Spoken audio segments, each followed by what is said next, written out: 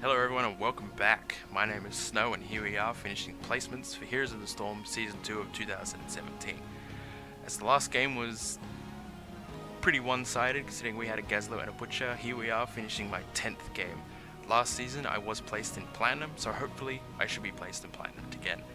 As I also said in the last video, I do have a mild cough still, so I may clear my throat occasionally in this video, so I apologize in advance. Let's see what map we get today this time. Alright, we got a game. That was way quicker than the last queue, however you wouldn't see that because I am editing these videos. Cursed Hollow. Sorry, I had to pause as the game did kind of freeze there for a second. So welcome to Cursed the Hollow. This map is one of the largest battlegrounds of the pool, and it does favour globals such as Falstad and Dahaka. Abathur is also a very good pick on Cursed Hollow, as he does, because the map is so large, he does offer pretty high push potential and free soaking experience. As I was saying before the game did start, I am uploading Game 9 and Game 10 back to back, so if anybody gave me advice for Video 9 for Video 10, I'm sorry, but they will not be applied in this video as they are recorded within the same time frame as you can see in the clock to the bottom right. So we do have a Malthael ban. I don't know if that's a targeted ban. I only know of a couple of players on my team. I know Ultimo plays a lot of Oriole, as he currently has selected Oriole. I have played games with Iwire before, and on the opposing team, I did just play with Hyperion. I do know of Free Quality and the Vanguard. I have played a couple of games against Azen, however, I do not know their hero pools completely. So we do have the Dahaka ban and the Falstad first pick. And the Falstad Hobbit, sorry. So the first pick is a Rhaegar. I actually don't know if that was a Rhaegar from the last game. If someone can check up on that, that'd be great. Don't think it is though. So Falstad here is a very good first pick, especially with the Oriole. The Oriole does leave up from the cooldown, so we do see the Falstad and the Oriole. Ultimo was a significantly better Oriole than I am. I mean, I may eat my words later. Not everybody plays the exact same they do in every game, but Ultimo is actually a very good Oriole, so I do trust his Oriole. So with an Oriole pick, obviously someone will pick Gul'dan. Oriole Gul'dan works really well together, even on the maps that aren't tightly spaced, like Brax's Holdout or Blackheart's Bay, and the dreaded Hanamura. So we look like we do need a warrior. So we do have Li Ming and Zeratul. So that's where there was a lot of burst, especially with Zeratul.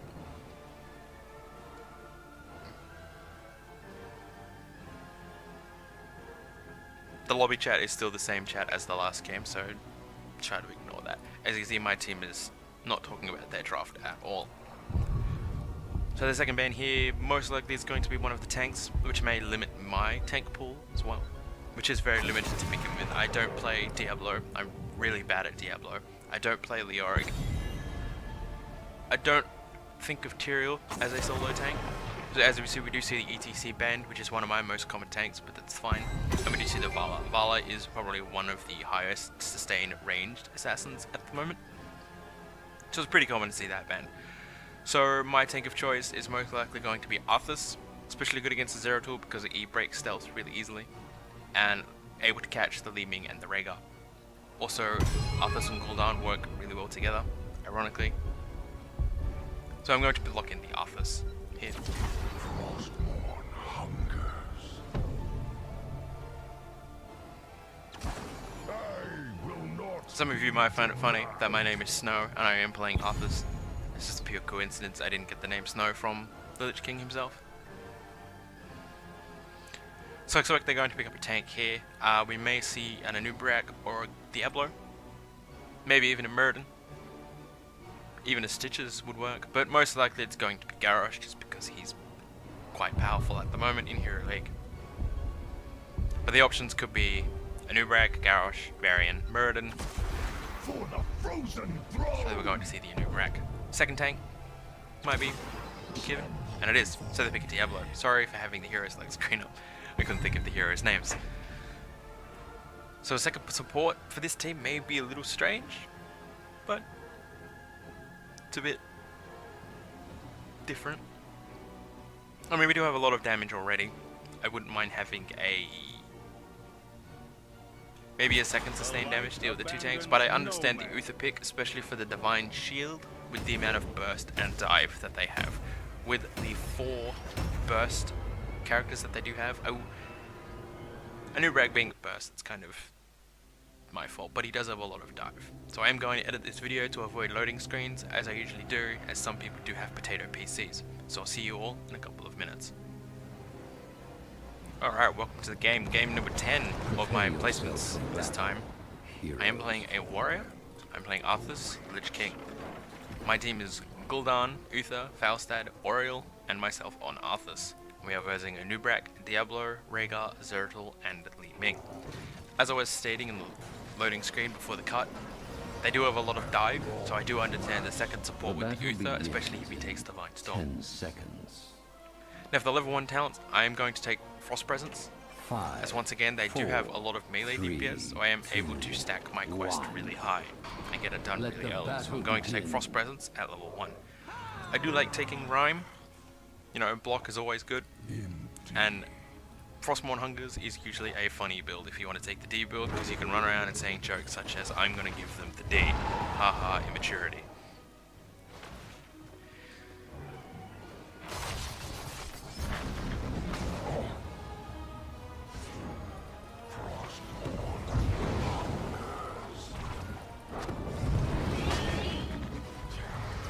So there's not much going on in the level 1, not many people have anything happen in the level 1. Nobody really commits to anything. So Li Ming is going to start sieging my buildings. I simply can't contest her. So it's going to be a very boring game for me during the leveling phase. So there you gank bottom, which may result in a kill. No, 2 supports with a Gul'dan, might be really hard to kill. Falstad vs Diablo and Zeratul in the top lane. I guess that means I am by myself. Zeratul may be coming for me, as he was top, and he's in stealth at the moment. Or he could just be camping in top. Nope, he is here. He's right there. I don't know if you guys can see the silhouette or not. There are lots of reports that recording software doesn't record the silhouette properly, so I do apologize in advance if I do say the Zeratul is here and you can't see it. I will be able to see this in a recording, so if I'm just talking and lying, I apologize.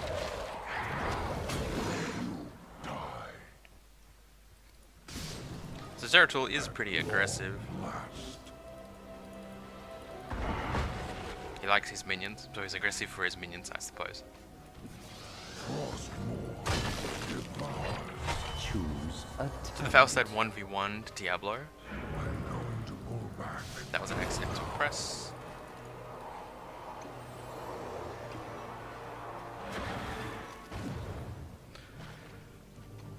I'm tempted to take Icy Talons, just because it's a funny talent, but that's all it is, it's a funny talent. So I am going to take Frozen Wastes, as the slow does last longer. So I'm going to take Frozen Wastes. Heroes, gather tribute and earn my favor.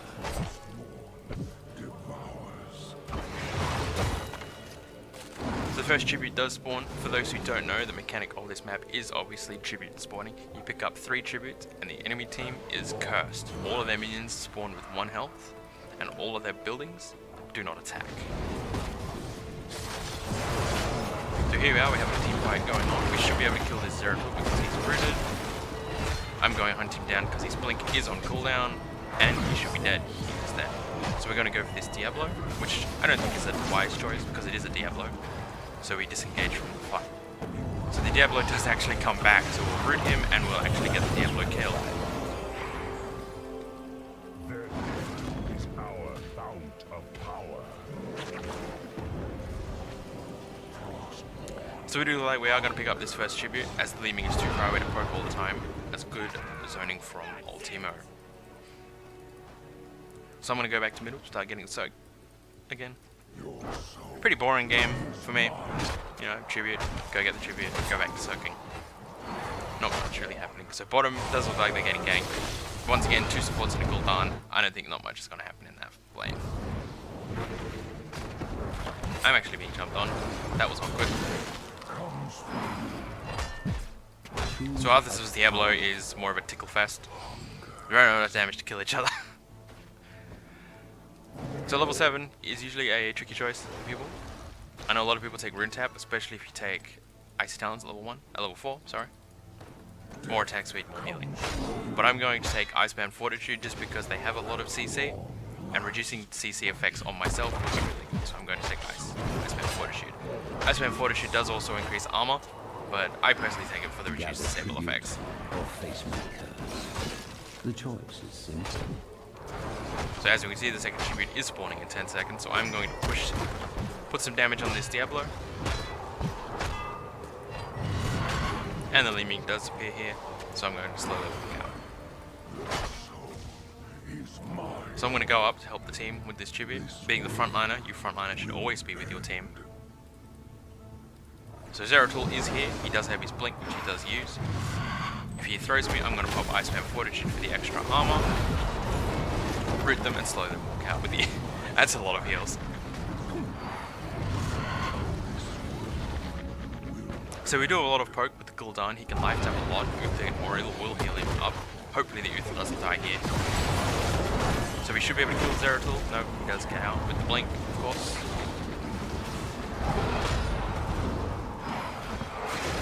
My team does actually have a lot of healing because of their 2 supports. 2 supports actually does seem to be working. So hopefully we kill the Diablo. Yes, we do. Gul'dan does pay with his life because he stood still. So I'm going to try to cap this. I'll get jumped on by Rhaegar. Yes, I will. We should back out from this as it is a 2v4. So give up the second tribute because it was 2v4. Numbers advantage is usually pretty good in this game, especially when we are both the same level.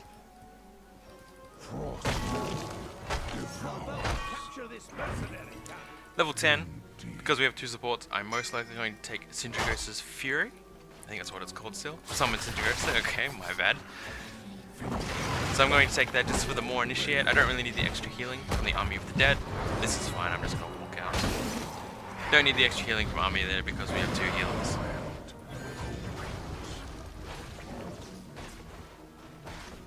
I grow tired of your petty. So third tribute does spawn. We both still are at 1-1 each, so this tribute won't be a curse for either team. So as I said, level 10 I am going to get Sindragosas of Fury. I keep saying that, but that's what it'll be for me. So Li Ming might be poking me out of this, as she is going to be in this bush. I guess not, my bad. So we got the tribute, completely uncontested and for free. Most likely a good toll by the enemy team because we are level 10 and they are not. So we do have a heroic advantage. So I completely understand why we got that one for free. The next one though will most likely be a level 10 versus a level 10, maybe even a 10 versus 11. So it will be a fight.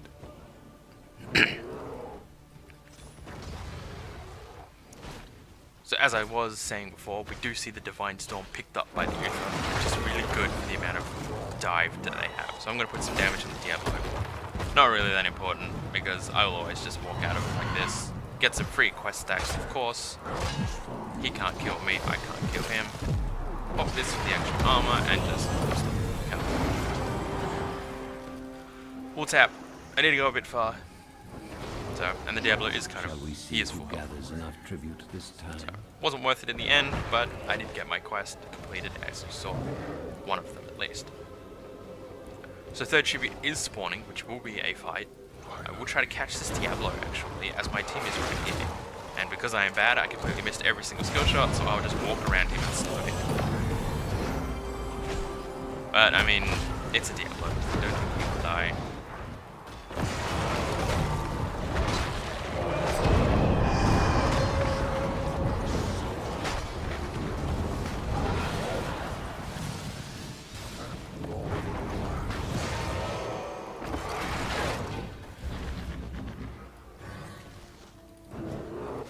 Rather use Sindragosas Fury on near the tribute. More people will be close up, so I'm going to try to save this Uther.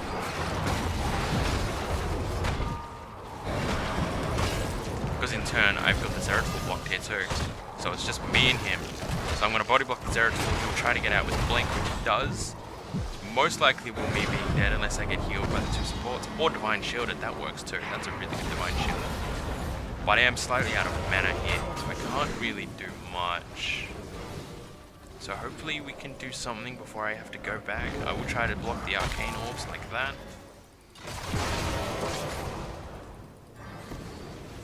We can't really do much here.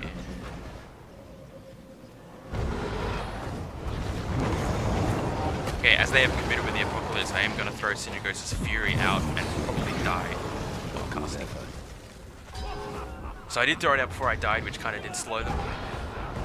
Although not much happened after that. Two tanks are incredibly injured and Diablo will fall. A good kill. I'm not too sure if Falstad died or he simply just went back to reset. I didn't quite catch that. But by the looks of it, he went back and he's going to fly top to push that top. So here we are, we got the third curse. As I said a couple of minutes ago, the enemy team is now cursed. So all of their minions will spawn with 1 health and their buildings will not attack, as you can see here in this lane. So we're easily going to get this top fort. Most likely we'll get the middle walls. Talent? Ah, that seems generous. So at level 13, I really think there is only one choice for this. If you do go the E build, which is the attack speed one at level 4, you do take Biting Cold.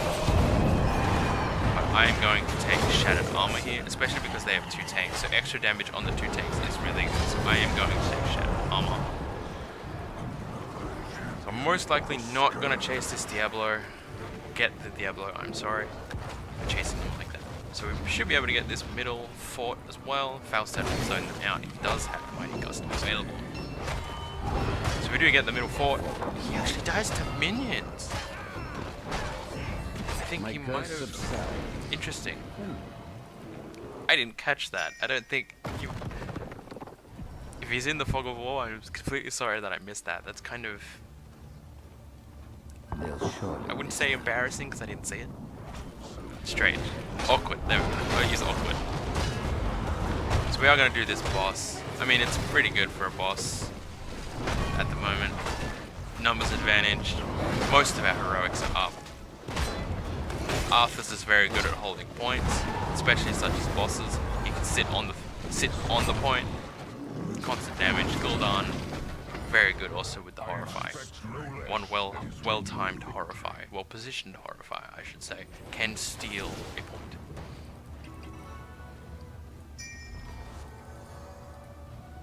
So we're actually going to go to their boss while they're defending that boss. So we're going to do theirs.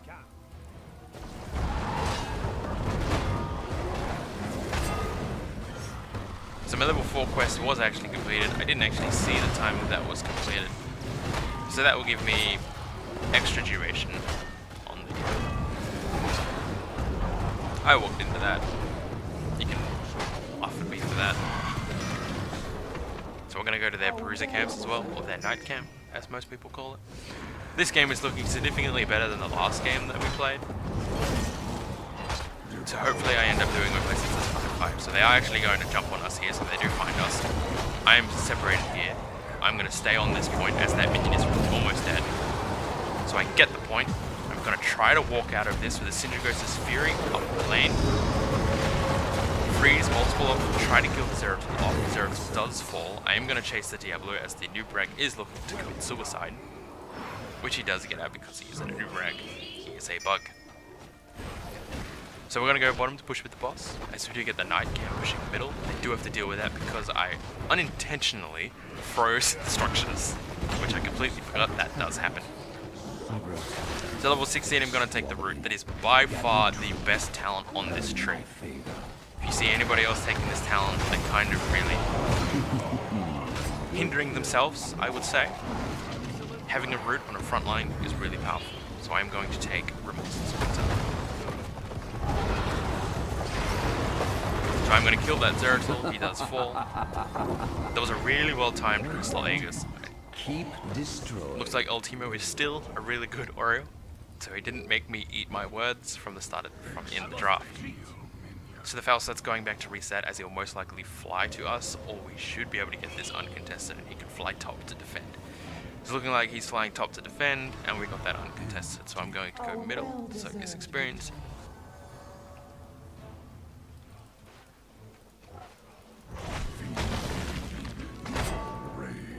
I don't really feel like the Li Ming is doing much, so I am going to take the Storm talent for Sindragosas Fury, which roots enemy heroes in place and slows them, unless it has been changed. Increases the range, doubles duration, and slows them, and roots and slows. Yes, so it is still the same as I remember it, so I am going to take that one.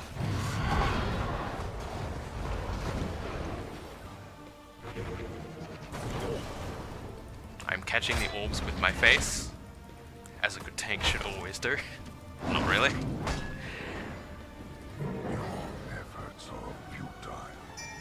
Not really in that position. Gather tribute specified. or face my curse. So next tribute is The choice is simple. so we all should go to this tribute. We do have a level 16 advantage, so we definitely should get this one pretty easily, unless we screw up somehow.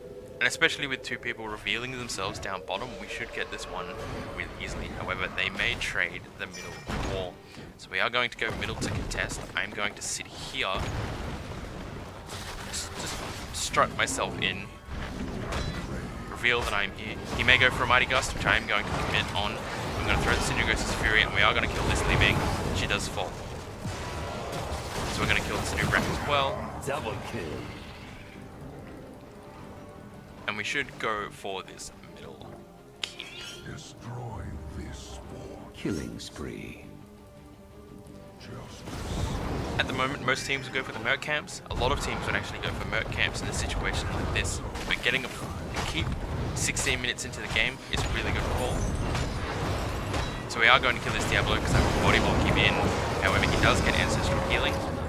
So I'm going to put pressure on the Zeratul instead, as he does get feared, and the Zeratul should fall, and he does.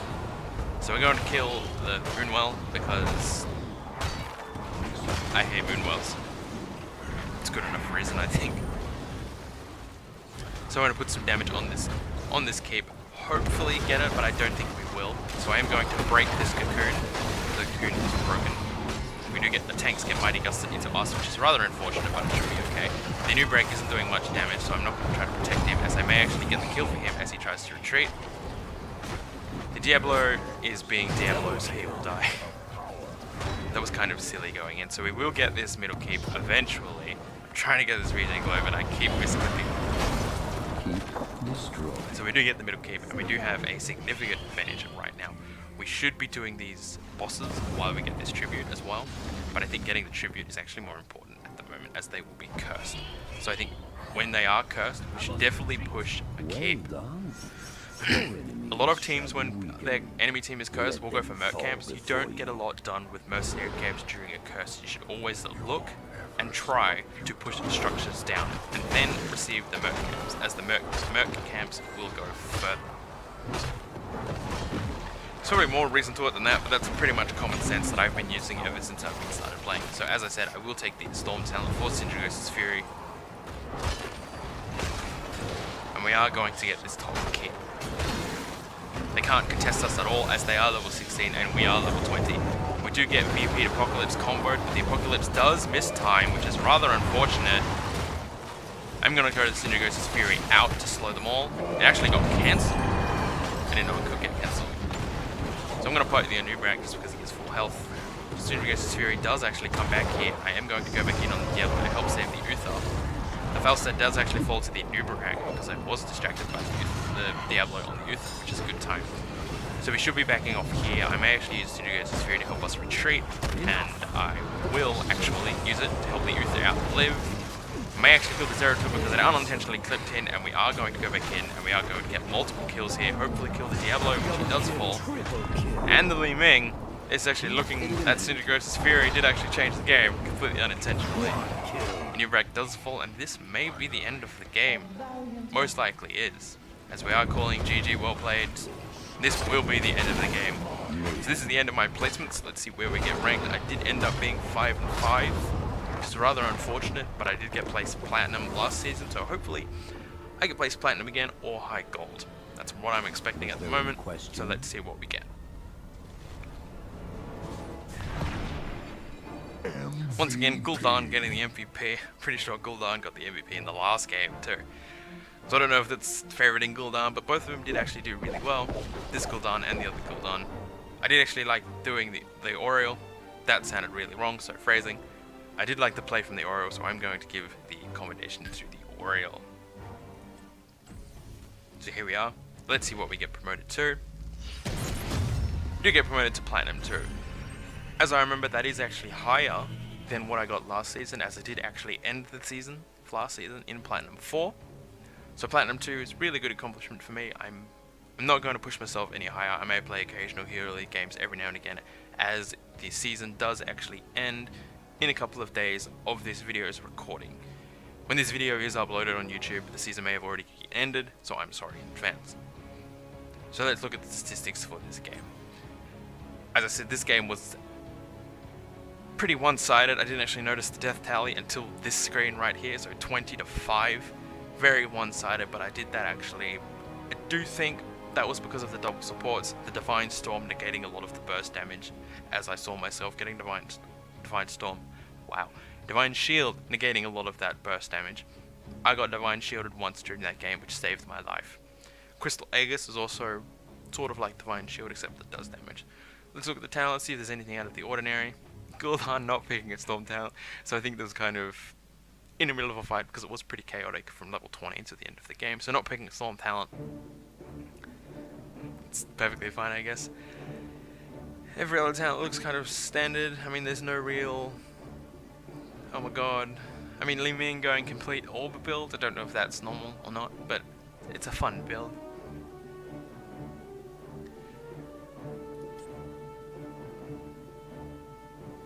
So as we see, Li Ming topping the hero damage of their team, Gul'dan topping the hero damage of our team. Pretty standard, 2 mages doing lots of damage. So there we are, Heroes of the Storm Season 2, 2017, placed in Platinum 2. Thank you all for watching, and I'll see you all in the next video. Goodbye.